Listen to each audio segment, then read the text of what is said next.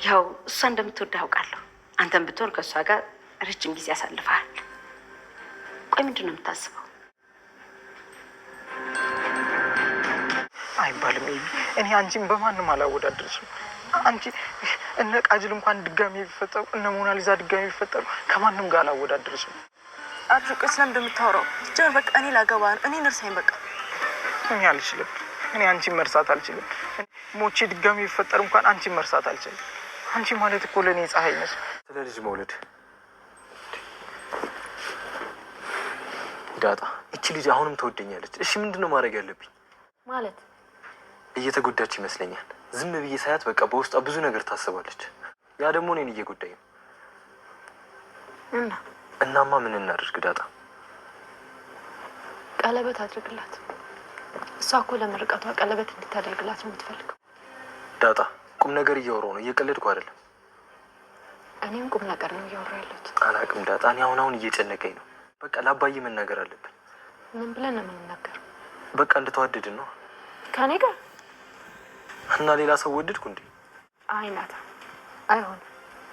አባዬ በዚህ ሰዓት እኔ ትምህርቴን እንድቀጥል ስራ እንድለምድ ነው እንጂ የሚፈልገው ባል እንዳገባ አይፈልግም። አሁን ልጅ ወስጪ፣ ልጅ የምታቀፍ ፈልጋለሁ።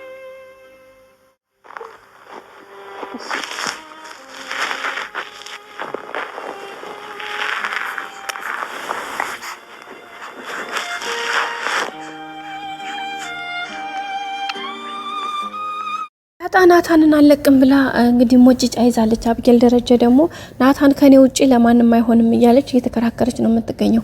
ማርታ ወይዘሮ ማርታ እንግዲህ ለልጇ ለአብጌል ደረጀ እንድትሆንላት ማለት ወይም ደግሞ ናታን የልጇ እንዲሆን የማታደርገው ጥረት የላትም። በዚህ መካከል አቶ ደረጀ ምንም የሚያውቀው ጉዳይ የለውም።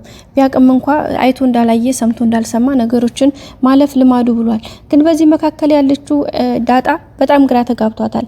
እንግዲህ ናታንን የመጀመሪያም የመጨረሻም ስታፈቅር ነው። ግን ደግሞ አብጌል ደረጀ በባለፈው ጥሩ ሀሳብ ላይ የገባች ቢመስለንም ግን ድጋሚ ምንም ነገር ቢሆን ራሷን ለማሳመን ብትሞክርም ነገርየሹ ግን አልተሳካላትም።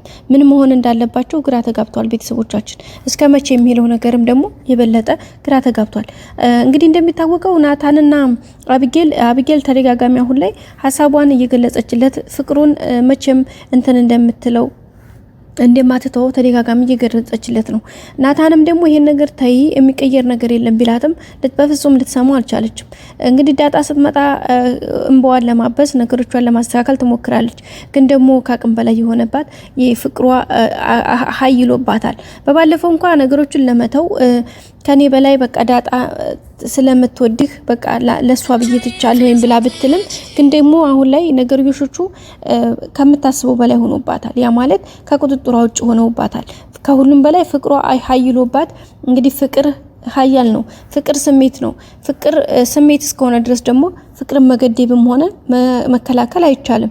ግን ደግሞ ከሁሉም በላይ ደግሞ ፍቅርን የሚያውቀው አፍቃሪው ብቻ ነው። ስለዚህ በዚህ መካከል እንግዲህ አብጌል ደረጀ ስሜቷን ለመቆጠብ ነገሮችን ለማስተካከል ብትሞክርም ግን ከዚህ ውጪ ለየትም ነገር መራመድ ያልቻለችም። ምክንያቱም በቃ አሳልፋ ቁጭ ብላ ስታስበው ለዳጣ ሰጣት ናታን የዳጣ ፍቅረኛዋ የትዳር አጋሯ የህይወቷ ጓደኛ ሆኖ እሷ ለማየት በፍጹም አልቻለችም። ይሄን ነገር በፍጹም አምሮዋን ለማሳመን ብትሞክርም ግን ሁሉም ነገር ከአሟና ከቁጥጥሯ ውጭ የሆነባት ነው የሚገኘው። በዚህ መካከል እንግዲህ ወይዘሮ ማርታ ደግሞ ናታንን አብጌል ተቀይራለች፣ ጥሩ ልጅ ሆናለች ደግሞ ስለዚህ እሷ ስትቀየር ደግሞ ጥሩ የትዳር አጋር፣ ጥሩ ህይወት፣ ጥሩ ልጅ እንደምትሆን ምንም ጥርጥር የለውም። ስለዚህ በዚህ አማካኝነት እንግዲህ ምን አሰብክ? ምን አደረከው? በቅርቡ እኮ እንግዲህ ትምህርቷ ልትመረቅ ነው። ትምህርቷ ስትመረቅ ደግሞ ሁሉንም ነገር አስተካክላ እንደሚታወቀው ቀለበት ለማሰር እየተዘጋጀች እንደሆነ ታውቃለህ። ስለዚህ ይሄን ነገር ከምን አንጻር አየኸው? ምን አሰብክ? እንዴት እናድርገው እያለች እንግዲህ ወይዘሮ ማርታ እያማከረችው ነው። ግን ምንም ብታማክረውም ናታን ይሄ ነገር በፍጹም ለሱ ምንም ሊዋጥለት አልቻለም። እንደዛም እንዲሆን አልፈቀደም። ምክንያቱም እሱ የራሱ የሆነ አላማ አለው። ሲቀጥል ደግሞ ማግባትም የትዳሩን መምራት የሚፈልገው ከዳጣ ጋር እንጂ ከአብጌል ጋር አይደለም። ከአብጌል ጋር አንድ ቀንም እንደዛ አስቦም አያውቅም። ምናልባት አሁን ላይ ተስተካክላለች፣ ጥሩ ልጅ ሆናለች። ግን ደግሞ የሷ መስተካከል ጥሩ ልጅ መሆን የሱን ወደፊት የትዳር አጋር ይሆናል ማለት አይደለም ብሎ እሱ ራሱ ወስኗል። ግን ደግሞ በዙሪያ ማርታ በተለይ ዛሬ ጠበቅ ያለ ጥያቄ ጠይቀዋለች። ቀድማ እንግዲህ እንዴት አየኸው የአቢጌልን መቀየር እንዴት አየኸው ስትለው ነበርና እሱም እንግዲህ የአቢጌል መቀየር በጣም ይበል የሚያስብልና በጣም ደስ የሚል ነው። ከዚህ በላይ ደግሞ ተቀይራ እንድናያት እግዚአብሔር እርዳን እያለ ቢላትም ወይዘሮ ማርታ ግን አሁን ደግሞ ጥያቄውን ከበድ አድርጋ አዎ ከሱም ባሻገር አሁን ላይ እኮ አቢጌል በጣም ጥሩና አስተዋይ ልጅ ሆናለች። ከዚህ የበለጠ ደግሞ ትዳር ብትይዝና የራሷን ህይወት ብትመራ ብትጀምር የበለጠ ከዚህ በበለጠ 2-3 እጥፍ ቆንጆና ጎበዝ እንደምትሆን ምንም ጥርጥር የለውም እያለችው ትገኛለች። ግን ቢሆንም ማርታ ይሄን ነገር እንደሱ ከሷ ቢሰማም ናታን ግን ይሄን ነገር አምኖ መቀበል ለሱ ትንሽ ከብዶታል። ለምን? ምክንያቱም ይሄ ነገር ከሱ ከፕላኑና ከፕሮግራሙ ውጭ ስለሆነበት ምክንያቱም ይሄን ነገር ማሰብም ማስተዋልም ስለማይፈልግ ማለት ነው። ውድ ቤተሰቦቻችን አይኖ ይወዳታል። ግን ደግሞ ምንም ቢሆን ያኔ የአቢጌል ጥሩ እንድትሆን እንድትስተካከል የሱ ምኞቱ ነበር። ግን ደግሞ ለትዳር አጋር ይመኛታል ማለት አይደለም። በተለይ በፊት አዎ ትንሽ ስሜት ነበረው።